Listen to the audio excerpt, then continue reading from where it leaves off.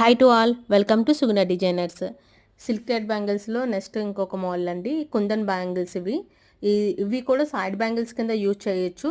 Colours అయితే choice ఉంటుందండి, మీకు ఏ కలర్ కావాలంటే కలర్ చేస్తాము. ఇందులో వైట్, కంప్లీట్ వైట్ స్టోన్స్తో యూజ్ చేసాము. కింద సిల్క్ థ్రెడ్ అయితే డిఫరెంట్ డిఫరెంట్ కలర్స్ యూజ్ చేసాము. కానీ పైన వచ్చేసి మటుకు కుందన్స్ మటుకు వైట్ కలరే యూజ్ చేసాము.